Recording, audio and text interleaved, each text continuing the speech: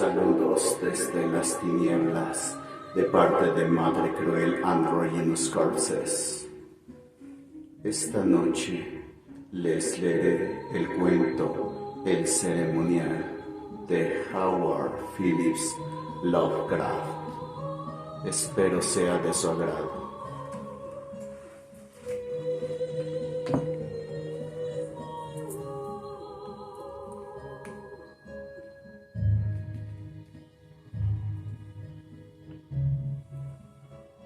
Efficium daemonis, ut quam non sunt sic, tamen quasi sin, conspicuenda omnibus exilien.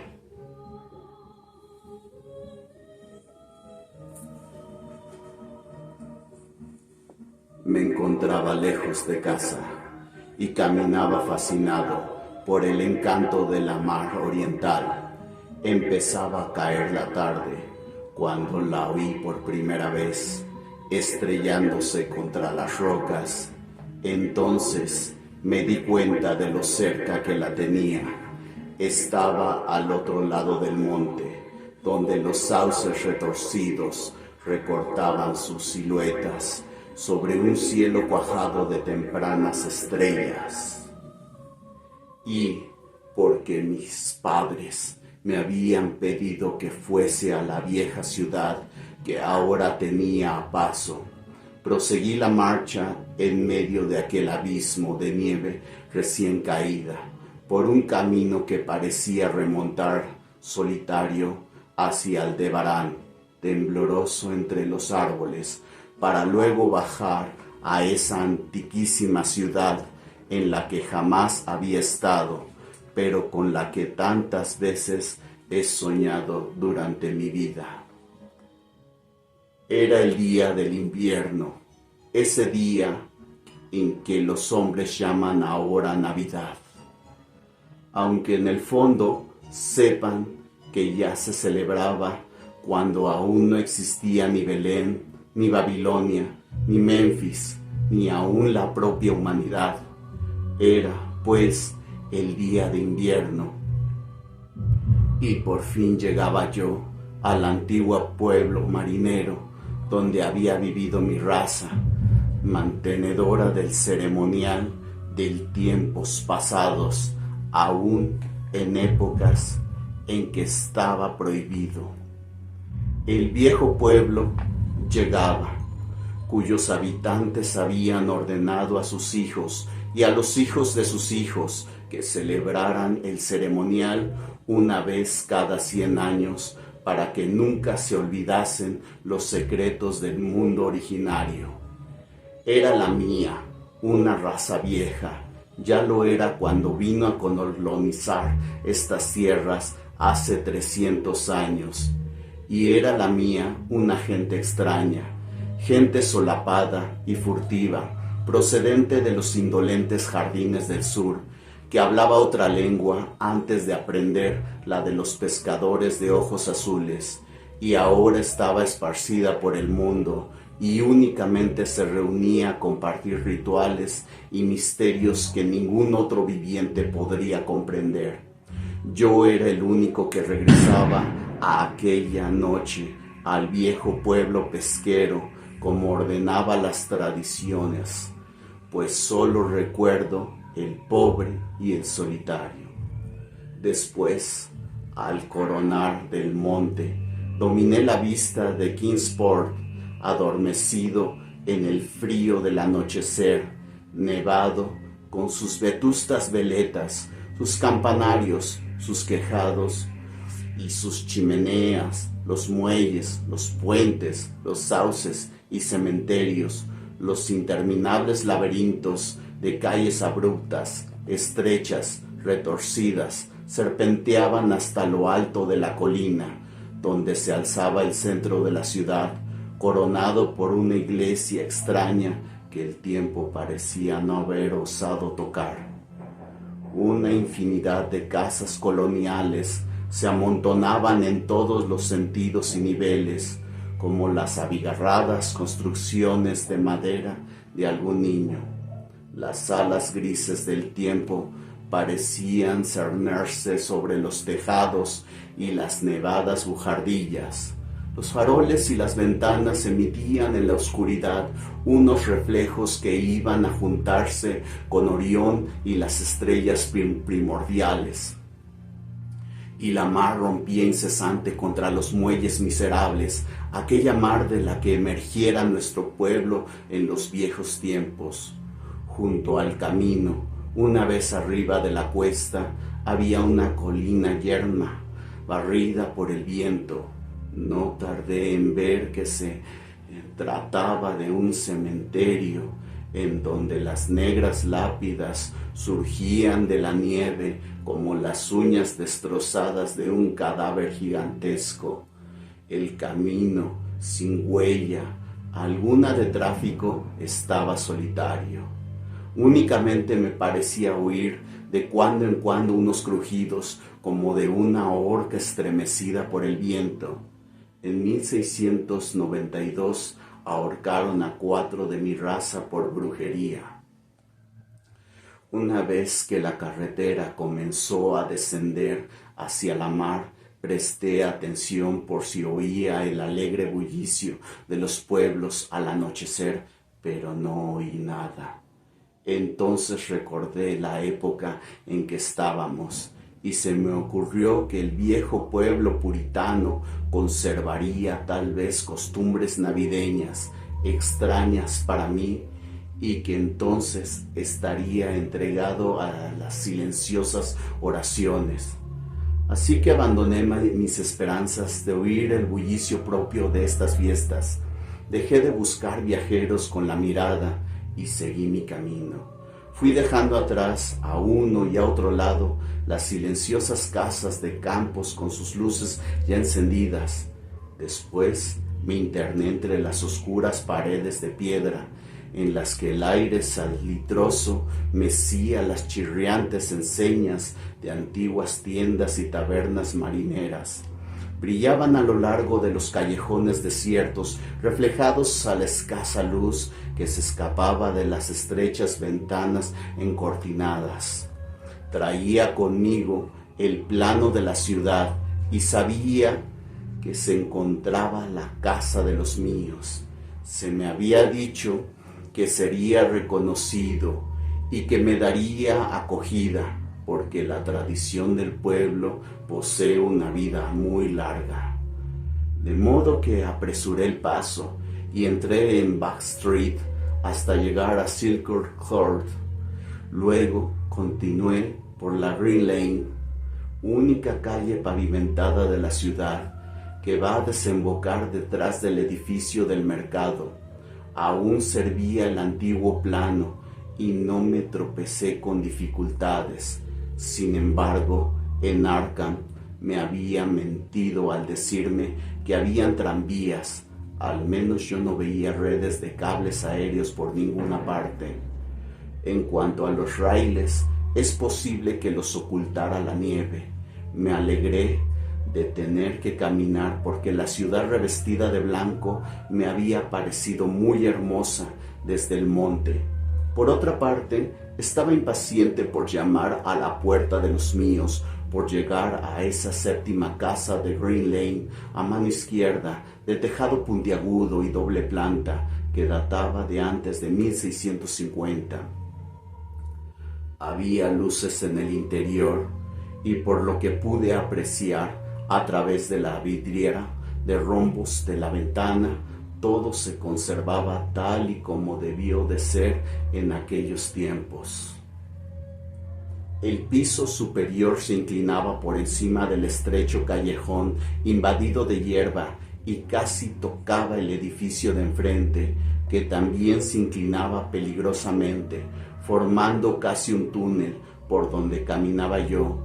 Los peldaños del umbral estaban enteramente limpios de nieve.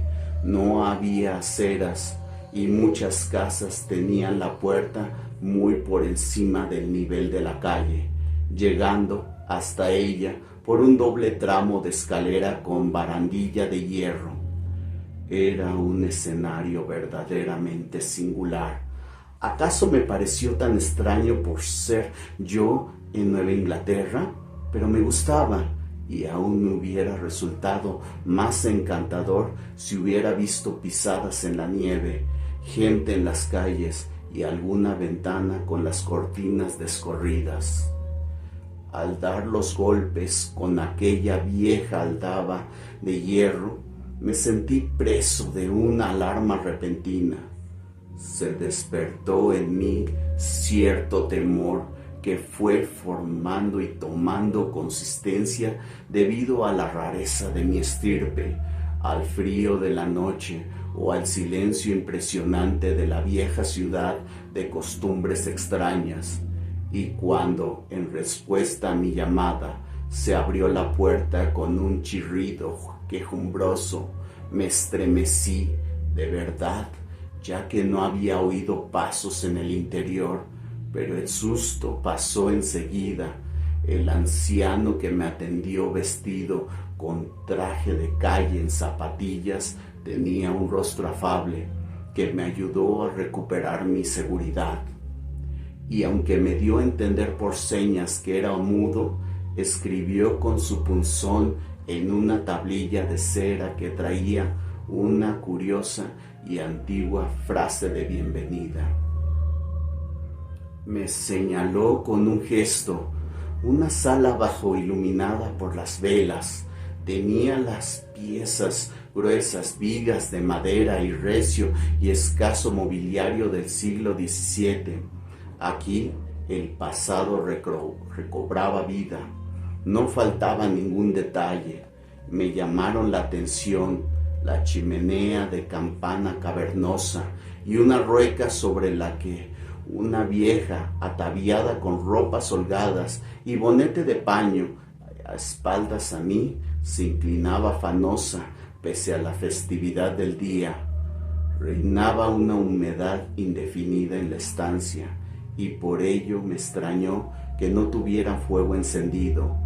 Había un banco de alto respaldo colocado de cara a la fila de ventanas encortinadas de la izquierda, y me pareció que había alguien sentado en él, aunque no estaba seguro. Me gustaba nada de lo que veía allí y nuevamente sentí temor, y mi temor fue en aumento, porque cuanto más miraba el rostro suave de aquel anciano, más repugnante me parecía su suavidad. No pestañeaba y su color era demasiado parecido al de la cera. Por último, llegué a la plena convicción de que aquello no era un rostro, sino una máscara confeccionada con diabólica habilidad. Entonces sus flojas manos, curiosamente enguantadas, escribieron con pasmosa soltura en la tablilla, informándome de que yo debía esperar un rato antes de ser conducido al sitio donde se celebraba el ceremonial. Me señaló una silla, una mesa, un montón de libros y salió de la estancia. Al echar mano de los libros, vi que se trataba de volúmenes muy antiguos y mohosos. Entre ellos estaba el viejo tratado sobre las maravillas de la naturaleza de Morrister, el terrible Saducimus Triumphatus de Joseph Glanville, publicado en 1681, la espantosa Demonolatría de Remibus, impresa en 1595 en Lyon, y el peor de todos, el incalificable Necronomicon del loco Abdul al-Saharacet, en la excomulgada traducción latina de Olaus Wormius. Era este un libro que jamás había tenido en mis manos, pero del cual había oído decir cosas monstruosas. Nadie me dirigió la palabra. Lo único que turbaba el silencio eran los aullidos del viento en el exterior y el girar de la rueca, mientras la vieja seguía con su silencioso hilar. tanto la estancia como la presión de morbosidad e inquietud, pero puesto que se trataba de una antigua tradición de mis antepasados, en virtud de la cual se me había convocado para tan extraña conmemoración, pensé que debía esperarme las cosas más peregrinas. Con que me puse a leer, interesado por un tema que había encontrado en el Necronomicon. No tardé en darme cuenta que la lectura aquella me encogía el corazón. Se trataba de una leyenda demasiado espantosa para la razón y la conciencia. Luego experimenté un sobresalto al oír que se cerraba una de las ventanas situadas delante del banco de alto respaldo. Parecía como si la hubiese abierto furtivamente. A continuación se oyó un rumor que no provenía de la rueca. Sin embargo, no pude distinguirlo bien porque la vieja trabajaba afanosamente y, justo en aquel momento, el vetusto reloj se puso a tocar. Después, la idea de que había personas en el banco se me fue de la cabeza y me sumí en la lectura hasta que regresó el anciano, con botas esta vez, vestido con holgados ropajes antiguos, y se sentó a aquel mismo banco, de forma que no le pude ver ya. Era enervante aquella espera, y el libro impío que tenía en mis manos me desazonaba más aún. Al dar las 11, el viejo se levantó, se acercó a un enorme cofre que había en un rincón y extrajo 2 capas con caperuza y puso una de ellas y con la otra envolvió a la vieja, que dejó de hilar en ese momento. Luego ambos se dirigieron hacia la puerta. La mujer arrastraba una pierna. El viejo, después de coger el mismísimo libro que había estado leyendo yo, me hizo una seña y se cubrió con la caperuza su rostro inmóvil o su máscara.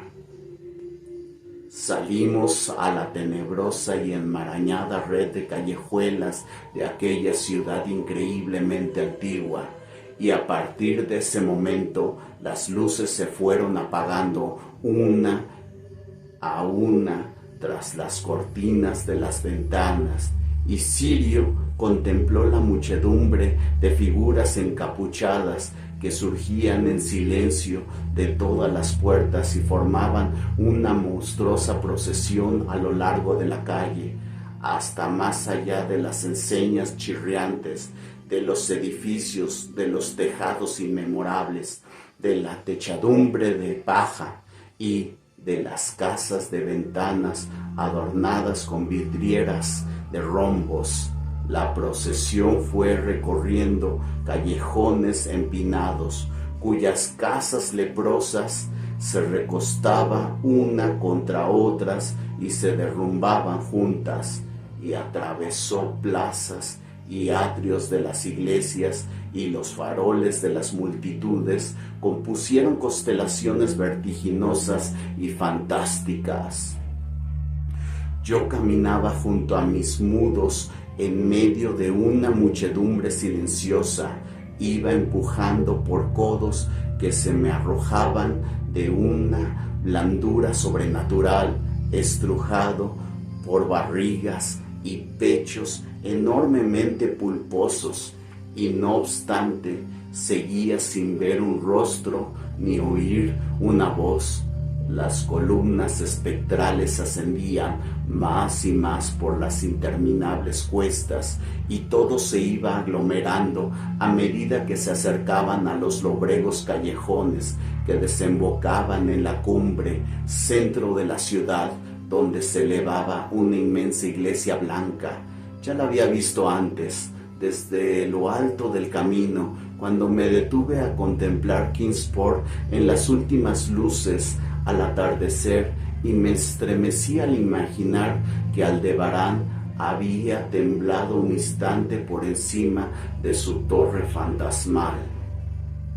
Había un espacio despejado alrededor de la iglesia. En parte era un cementerio parroquial y en parte plaza medio pavimentada, flanqueada por unas casas enfermas de unos puntiagudos tejados y aleros vacilantes, donde el viento azotaba y barría la nieve.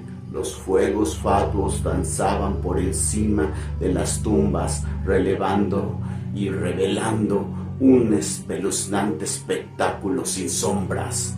Más allá del cementerio, donde ya no había casas, pude contemplar de nuevo el parpadeo de las estrellas sobre el puerto. El pueblo era invisible en la oscuridad. Solo de cuando en cuando se veía oscilar algún farol por las serpenteantes callejas, delatando a algún retrasado que corría para alcanzar a la multitud que ahora entraba silenciosa en el templo. Esperé a que terminaran todos de cruzar el pórtico para que acabaran así los empujones. El viejo me tiró de la manga, pero yo estaba decidido a entrar el último. Cruzamos el umbral y nos adentramos en el templo rebosante y oscuro. Me volví para mirar hacia el exterior. La fosforescencia del cementerio parroquial derramaba un resplandor enfermizo sobre la plaza pavimentada y de pronto sentí un escalofrío. Aunque el viento había barrido la nieve, aún quedaban rodales sobre el mismísimo camino que conducía al pórtico, y sobre aquella nieve, para asombro mío, no descubrí ni una sola huella de pies, ni siquiera los míos.